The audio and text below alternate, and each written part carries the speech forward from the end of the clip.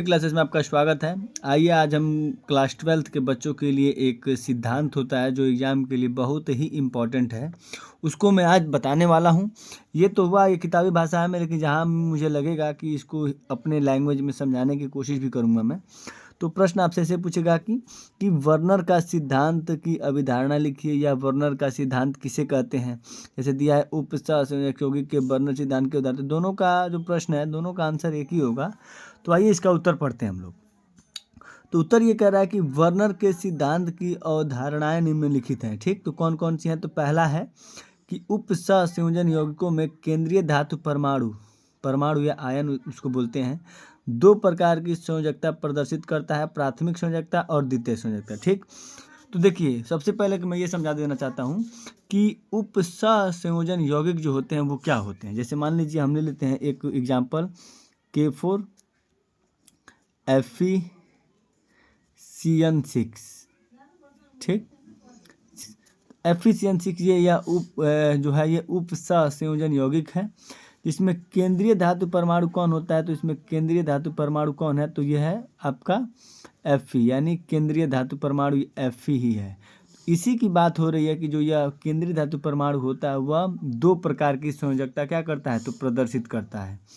जो छोटे वाले कोष्ठक में होते हैं वो लिगेंड कहलाते हैं, और छोटे वाले कोष्ठक के तुरंत जब बाद जो पहले वाले जो तत्व होते हैं वही क्या कहलाते हैं, तो केंद्रीय धातु परमाणु कहलाते हैं। ठीक, तो वही कह रहा है कि जो केंद्रीय धातु परमाणु होते हैं वो कितने प्रकार की संयोजकता प्रदर्शित करते हैं, तो वह दो प्रकार की संयोजकता प्रदर्शित करते हैं। ठीक, ये पहला टॉपिक हो गया।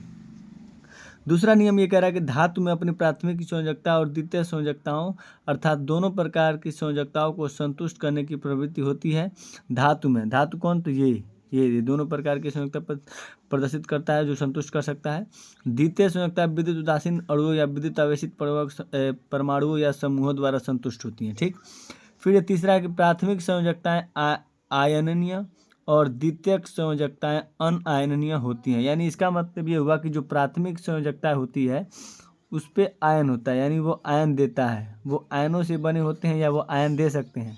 और जो द्वितीयक संयोजकता, द्वितीयक मतलब जो दूसरी संयोजकता होती है वो बिना आयन की होती है। इसका मतलब ये हुआ वो बिना आयन की होती है। ठीक, तो देखिए आप इन टॉपिक को कैसे लिखेंगे कि जो वर्नर के सिद्धांत के अनुसार जो केंद्रीय धातु परमाणु होता है वो दो प्रकार की संयोजकता प्रदर्शित करता है, और जो पहला संयोजकता होता है फिर दूसरा लिखेंगे, जो दूसरा संयोजकता होता है वो आयन वाला होता है, और जो द्वितीय यानी दूसरा संयोजकता, पहला संयोजकता आयन वाला होता है और द्वितीय जो दूसरा संयोजकता होता है वह बिना आयन वाला होता है। ठीक, यहाँ तक हमने कवर कर लिया है। अब हम आते हैं चौथे पे। तो चौथा क्या है, तो चौथा आपका यह है कि धातु द्वारा प्रदर्शित द्वितीयक संयोजकताओं की संख्या साधारणतः एक निश्चित संख्या होती है। किसी धातु द्वारा प्रदर्शित द्वितीयक संयोजकता की संख्या उसकी उपसंयोजन संख्या या समन्वय संख्या। तो देखिए उपसंयोजन संख्या या समन्वय संख्या कैसे निकालेंगे, जब लिगेंडों की जो संख्या होती है वही उपसंयोजन संख्या होती है। उपसंयोजन का मतलब जो साझेदारी में भाग लेते हैं। जैसे सीएन है तो सीएन कितना है, 6, तो इसकी उपसंयोजन संख्या भी कितनी हो जाएगी, तो 6 ही हो जाएगी। ठीक है, तो यही इसकी संख्या हो जाएगी। फिर देखिए अब उसके बाद कह रहा है कि धातु की द्वितीयक संयोजकता धातु की चारों ओर त्रिविम आकाश में एक निश्चित ज्यामिति ढंग से होती हैं। तो इसमें लगभग 5 दिया है, लेकिन अब अगर आप 3 तक भी कर लेते हैं, अगर 3 टॉपिक भी इसका 3 हेडिंग लिख लेंगे तो भी आपका नंबर कितने नंबर, तो ये लगभग 4 नंबर का प्रश्न आता है वर्नर का सिद्धांत। फिर इसके बाद देखिए ये भी है संयोजकता बंध सिद्धांत। इसको आप क्या करेंगे कि एग्जाम में अगर तैयारी कर लेते हैं तो निश्चित है कि इसमें से कोई ना कोई आपसे पूछा ही जाएगा। जैसे इसमें देख सकते हैं आप लोग कि 2019 में पूछा गया है, 20 में पूछा गया है और 22 में पूछा गया है। उसी तरह संयोजकता अबंध सिद्धांत में देखिए 2019 में पूछा गया है, 21 में पूछा गया है और 22 में पूछा गया है।